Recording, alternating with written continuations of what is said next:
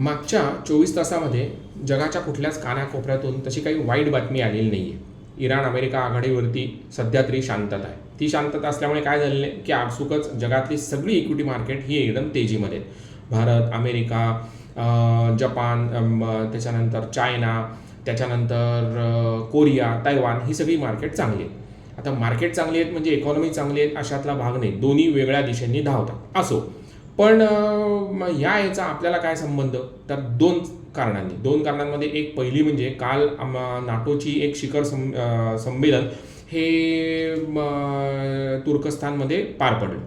आता मंडळींनो बघा गंमत, मला वाटतं नाटो म्हणजे काय, तर नॉर्थ अटलांटिक ट्रीटी ऑर्गनायझेशन. माझ्यासाठी हे वाटतं की नाटो म्हणजे no answer for Trump's organisation. गंमतशीर की नाही? No answer for Trump's organisation. कारण का, तर मार्क रुटे हे जे नाटोचे सेक्रेटरी जनरल आहेत त्यांनी काल प्रचंड प्रमाणामध्ये ट्रम्प साहेबांची स्तुती केली. आता करणं भागच आहे. कारण का, तर नाटोचं अर्थकारण बघितलं आणि किंवा म्हणजे त्यांची इकॉनॉमी साईज बघितली तर ती एकट्या अमेरिकेपुरती आहे. म्हणजे एक अमेरिका इज इक्वल टू 18 का 32 जे काही नाटोचे देश आहेत तेवढे इक्विव्हलंट.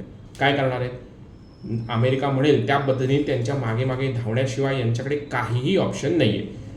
असो, आता बातमी चांगली कुठली, तर ती म्हणजे इंडियन ऑइल कॉर्पोरेशनचा विस्तार प्रकल्प. आणि भारत हा पेट्रोलियम एक्सपोर्ट्समध्ये खूप मोठ्या प्रमाणावरती प्रगती करण्याची अपेक्षा धरून आहे आणि त्या पद्धतीने पावलं टाकली जात आहेत. आणि शुअरली वी कॅन से की we can be increasing our value in the chain, thereby creating our value chain.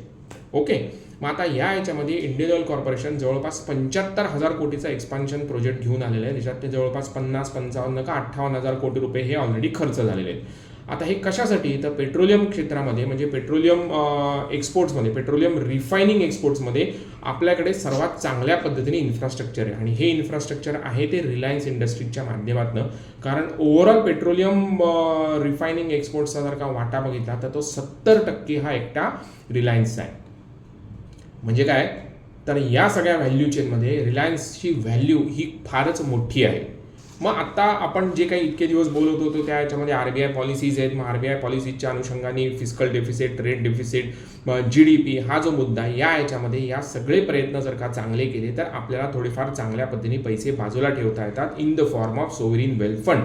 जसा इंडिव्हिज्युअलचा इन्व्हेस्टमेंट असतो in the form of mutual fund, equity shares, fixed deposits, तसाच गव्हर्नमेंटचा चांगल्या पद्धतीने जर का योजना बांधल्या तर जो पैसा तयार होतो that is called as sovereign wealth fund. हे आपण कालच्या परवाच्या भागामध्ये बघितलं होतं. आज काय बघणार आहोत आपण? कुठल्या पद्धतीने कुठले देश हे सोवरिन वेल्थ फंड घेऊन बाजारामध्ये आहेत, आपण काय करू शकतो जाणून घेऊया आजच्या भागामध्ये. नमस्कार, मी प्रद्युम्न सेवेकरी, तुम्ही बघतात BPS इन्व्हेस्टमेंट्स ऑनलाईन. रिकॅप घ्यायचं झालं तर काय, तर 2 प्रकारचे सोवरिन वेल्थ फंड आहेत किंवा 3 प्रकारचे. 2 प्रकारच्या याच्यामध्ये पहिला महत्त्वाचा कुठला, तर तो म्हणजे फॉरेक्स ड्रिव्हन आणि दुसरा आहे तो नॉन फॉरेक्स ड्रिव्हन. आता थोडासा वेगळा छेद देऊन आपण बोलतो त्या याच्यामध्ये बॉरोड प्लस पेन्शन फंड्स हे असे, म्हणजे ओव्हरऑल 3 प्रकारची कॅटेगरी. मग आता या याच्यातली मार्केट साईज किती आहे, तर जवळपास 13.5 ट्रिलियन डॉलर्स. आणि 60 का 62 देश आहेत की ज्यांच्याकडे स्वतःचा सोवरिन वेल्थ फंड आहे. आता जर का आपण बघितलं 3 प्रामुख्याच्या कॅटेगरीमध्ये, पहिली आहे ती म्हणजे कमोडिटी सेल्स. कमोडिटी सेल्सच्या याच्यातनं कोणाचा पैसा येतो, तो सगळ्या मध्यपूर्वेतल्या देशांचा. मग त्या याच्यामध्ये थोडासा रशिया पण आपण इन्क्लूड करूया. आता हे देश या मर्यादित साठ्यातनं जो काही, मर्यादित का बरं, कारण आज न उद्या कधीतरी हा पेट्रोल गॅसचा साठा संपणार आहे. मग त्यांच्याकडनं जो काही पैसा सेल्स येतो, तो सेल्सच्याद्वारे जो काही पैसा तो तयार करतात तर तो त्यांच्या सॉव्हरिन वेल्थ फंडमध्ये येतो.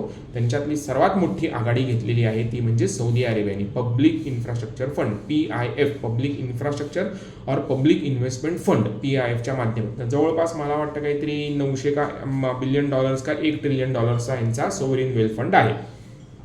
याच्यानंतर वाटा येतो तो म्हणजे कतारचा. मग कतार, कुवेत आणि बहारीन हे असे देश आहेत. आता सॉव्हरिन वेल्थ फंडमध्ये फॉरेक्स ड्रिव्हन जो काही आहे सप्लाय चेनच्या याच्यामध्ये सर्वात वरची बाजू तयार करून आलेले, त्याच्यामध्ये 2 देश आहेत, 2 अत्यंतिक महत्त्वाचे. पहिला आहे तो म्हणजे चायना आणि दुसरा आहे तो म्हणजे सिंगापूर. दोन्ही देश हे बघण्याजोगे आहेत, अभ्यासण्याजोगे आहेत. कारण का, तर काही वर्षापूर्वीपर्यंत यांना कुठलाही बेस नव्हता, कुठलीही व्हॅल्यू चेनमध्ये नव्हती. सिंगापूरला तर नाहीच नाही. तुम्हाला माहिती आहे सिंगापूरचा इतिहास, मलेशियातनं फुटून आलेला किंवा मलेशियाने वेगळा केलेला देश. आज मलेशिया कुठे, सिंगापूर कुठे बघा. आणि तिसरी कॅटेगरी आहे ती म्हणजे पेन्शन फंड आणि बॉरोड फंडच्या याच्यामध्ये. तर त्या याच्यामधले 2 देश सर्वात महत्त्वाचे. त्या 2 देशांमध्ये एक आहे कॅनडा आणि दुसरा आहे तो ऑस्ट्रेलिया.